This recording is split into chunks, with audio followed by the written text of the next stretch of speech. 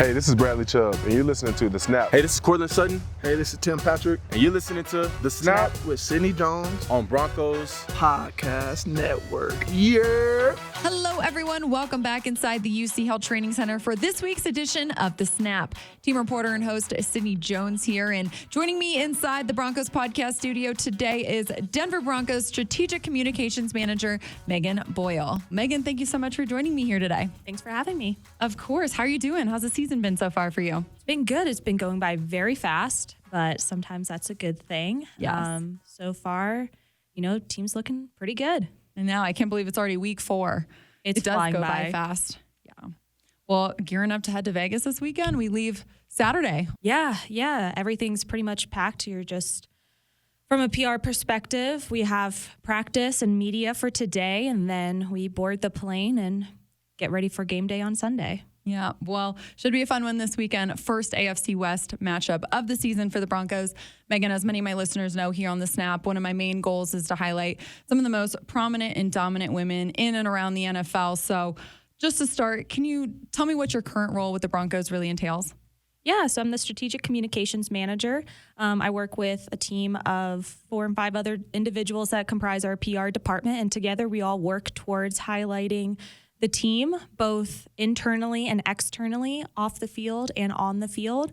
Me specifically working closely with our corporate communications initiatives, so anything fan-facing, marketing, ticketing, our great corporate partners and all the work that they're doing, community efforts, those types of things.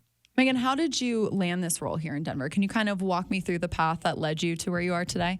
Yeah, it was a long time coming. So even though this is my second season with the team, it is my 6th overall in the NFL. Oh, yeah. I started off in college athletics, quickly realized that I wanted to work in professional sports. And after a brief internship with the National Football League, I was like, this is what I want to do. Mm-hmm. So worked for a few other teams around the league, and I joked I started off on the East Coast and moved further and further west, and now I'm in Denver. Moved out to Denver, I guess 2 years ago now. Saw this job open up and immediately applied, and I got the job and started, I think it was like a week later or something like that. It was a very fast start date. You mentioned you always wanted to work in professional sports. What kind of leaned you towards the PR side of things? Yeah, so I started off as a student journalist for my student newspaper. I went to the University of Pittsburgh, and like every college freshman, I was pre-med, and I thought I knew what I wanted to do. I wanted to go into physical therapy. Oh, wow. I had guaranteed acceptance into the doctorate program there at Pitt, and after one physics class, I was like, this is not for me. You're like, absolutely not. Nope. I think I put my pencil down halfway through the class, and I was like, I'm not even going to pay attention for the rest of it because I'm going to drop this. So after that, I switched my major to an English literature major, and I studied British Lit. Oh, interesting. Oddly enough. Yeah. Just a passion of mine. That was very odd. And then I started writing for the student newspaper as a sports writer, and I was the only person assigned to our softball beat. And I got really close with the sports information director for softball, and he kind of recruited me to what we call the dark side, so the PR. And he was like, yeah, I think you'd be really great at this. Like, you should come join our department. So I just transferred over and started working in the SID office, and that's kind of how I transferred into PR, and I haven't looked back since. Megan, along that path, were there any challenges that you've really faced in this industry, and how did you overcome some of those? Yeah, a lot. I think firstly, obviously being a woman can be difficult at times. You're just put under different challenges than some of your other coworkers, and you find ways to stick up for yourself and find your voice and kind of stand firm on that. For sure. And that comes with age, and it comes with maturity throughout the league. And I was lucky enough very early on to have female mentors in my role that I could look up to and be like, okay, she's doing it. She is, been doing it for a long time, that I can look at her and be like, okay, what were her path? And I really had strong female role models in every place that I worked at, which I think is really unique. That's awesome. Yeah. And yeah, and That is. I know it's a very special experience because not everyone had that, but luckily for me, I had that every step of the way, and I had not only female advocates for me, but some of my male coworkers advocating for me as well, which So important. you need those male allies. You do. So I think any challenge that I had to overcome was aided by the support system that I had in my professional network. I don't think I would be where I am today without them. That's so great to hear. And Megan, kind of going back to your job here, I know, as we know in this industry, every day looks a little bit different here, but what does kind of your day-to-day look like on a weekly basis during the season? So it revolves heavily around the team and practice and our media availability. So we will have media out here, I think it's like 4 times a week, with some practice in between. So my days really revolved around when the guys are out on the practice field and when we are putting guys on the podium or when we're putting coaches on the podium. Now, sprinkled in between there, it kind of varies between a home game and an away game. If it's a home game, I'm working with other members of our department just to make sure that our game day operations is going to go as smoothly as possible, because I always joke that we're in the service industry when we're in PR, and every game day is another opportunity to, provide service with a smile and welcome our guests. Even though they're media and working media, they're still our guests. They're at Empower Field at Mile High. Right. Welcoming them in, making sure that their game day experience is going to be as smooth as possible, and finding ways that we could ensure that. If it's an away game, a little bit different. It's pretty nice that we're now the guests going true. there. But I would say it's not as hectic, but still looking for different opportunities to amplify not only staff, but some of our corporate partners, some of our marketing initiatives, Right. Other ways to kind of amplify that. Just because maybe the team won't be here this weekend, there's still stuff happening with the Broncos. For sure. What does your game day kind of look like? What are your game day responsibilities at home and then away? Like you mentioned, they vary depending on where the game is.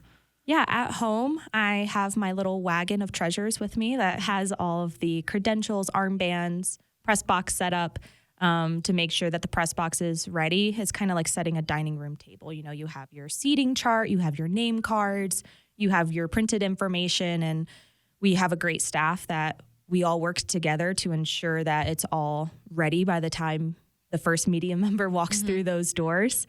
So on game day, where a lot of pregame is pretty hectic, we're setting stuff up.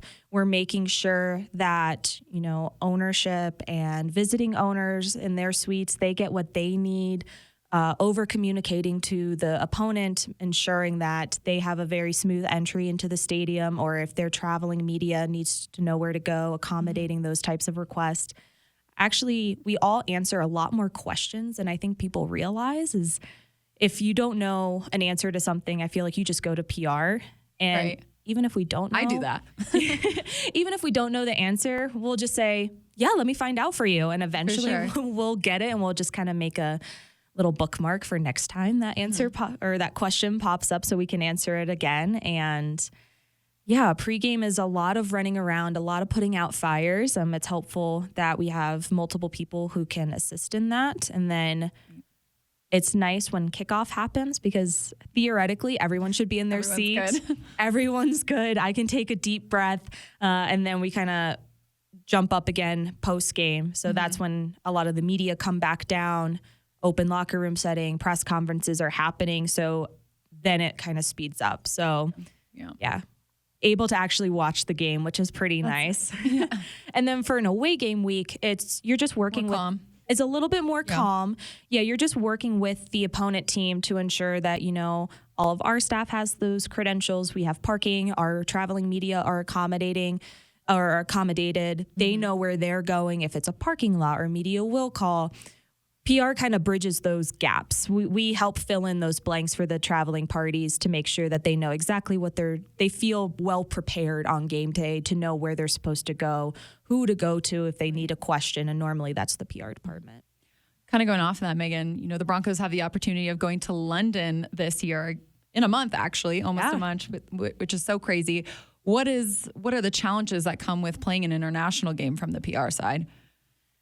Yeah, it's very unique, especially now. This is the first season with the International Home Market Area Rights Program in effect. So for the Jaguars, this is a true home game for them, even though it's not in Jacksonville because the UK is their IHMA rights program. Right. So different this year is that it's functioning truly as if we are playing in Jacksonville, but we're not. So like a lot of our processes stay the same from a credentialing standpoint and a request standpoint.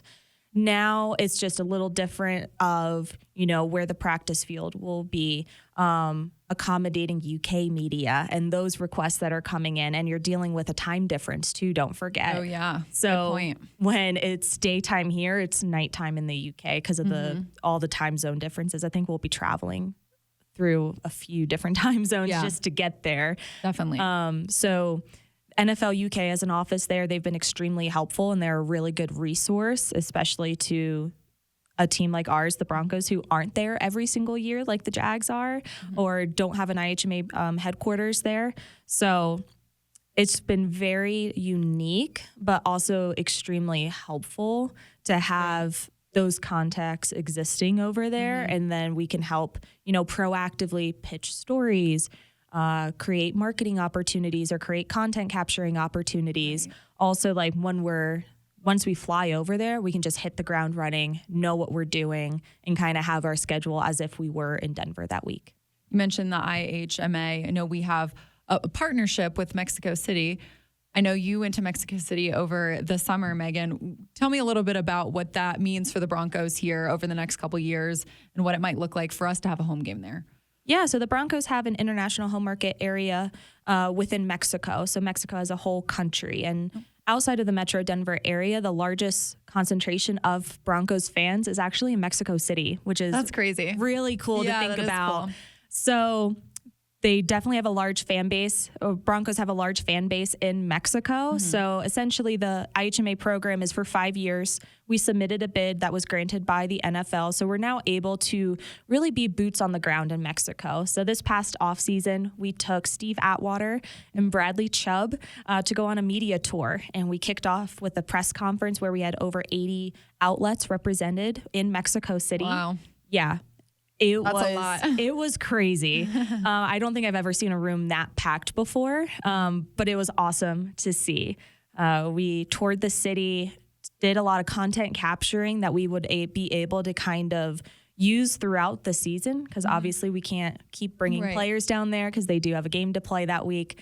And I think eventually it's just bringing our fanaticos, which are our Hispanic or Latin identifying fans, and making them more a part of Broncos country. And that's why we say Mexico is es Broncos country or Mexico es Broncos country. And kind of bringing the two countries together and bringing those two fan bases together and making it all one Broncos country. That's so awesome. I hope we see a home game there within the next couple years. That would be so fun. Awesome. If we could be in Azteca or another part of Mexico, that would be amazing to see, or even a training camp. I would love to have joint practices down there. I think, the desire and the fan base is there already. And it's like there's a want for our brand, and it's just making it more accessible. Yeah, that sure would be fun. Just a couple more here for you, Megan. What's your favorite part of being in the PR world, and what do you think is maybe the most challenging part of it as well? Good question. The best part, I think, is being able to show that players and coaches are more than just players and coaches. As you know, you report on our players all the time that there's a lot of great stories out there, and they're human and they're family people and they're great individuals, and they are more than just an athlete. Player. Exactly. So it's being able to highlight those stories, and even just our staff too. Like we have so many incredible staff members who work behind the scenes that people don't even know about, and it varies from department to department. Like it's not just, those fan facing roles. For sure. There's so many other parts of an organization. A lot of people don't realize how many different departments and different roles we have within the organization. Yeah, and it's not just our team. Other teams are like that too. And I think the Broncos are just one of the luckier organizations where we do have those platforms that we're able to amplify individuals on them, like this one here. Yes.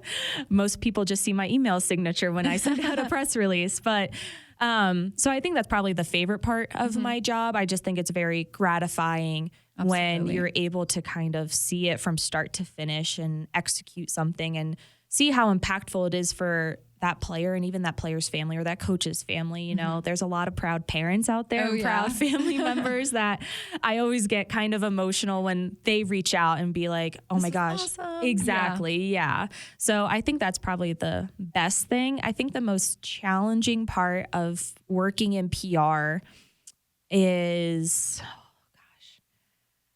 I think it's a lot of putting your own personal opinions aside. Yes. And understanding you work for a brand and understanding what that brand is, what it stands for, and how that brand would react, not how you as an individual would react. And so you're putting the team first at all times. Right. Even though you're just a staff member, but it is really the team. Putting them first, making sure that how you carry yourself as well is also representative of the team. So I think sometimes that can be challenging, especially during stressful moments or when different things are happening, but it's should always be at the forefront of your mind. And I think it can be challenging at times. Totally understand. Last one for you, Megan. To wrap up this episode, what's one piece of advice you'd give someone looking to get into the industry, no matter what area of it they really want to work in? Yeah, be authentic. I think authenticity shines through in every interaction, every email, every interview, because we are a people industry. We interact with people all the time, and we can tell when someone is being inauthentic and not true to themselves. And I think the only way to be successful is if you stay true to yourself and not try to mold to what you think this role needs to be or what you think this organization is looking for. You know, I'm very proud to be from Jersey. I like to wear my hoops, and I love it. I love to tell people I'm from New Jersey, and I've always been that way. I'm an East Coaster through and through. I don't think the West is going to change me at all, but I think it's that authenticity. And makes you. Yes. And I think that's what makes someone successful long term when they do stay true to themselves. Absolutely. I love that advice. Well, Megan, I can't thank you enough for joining me on the Snap today. I really appreciate you taking the time. Thanks for having me. Broncos Country, that'll do it for this week's episode. Thanks so much for tuning in this week. And thank you again to Megan Boyle for joining me. Hope you all will meet me right back here on the Broncos Podcast Network and YouTube next week for another episode. See you all then.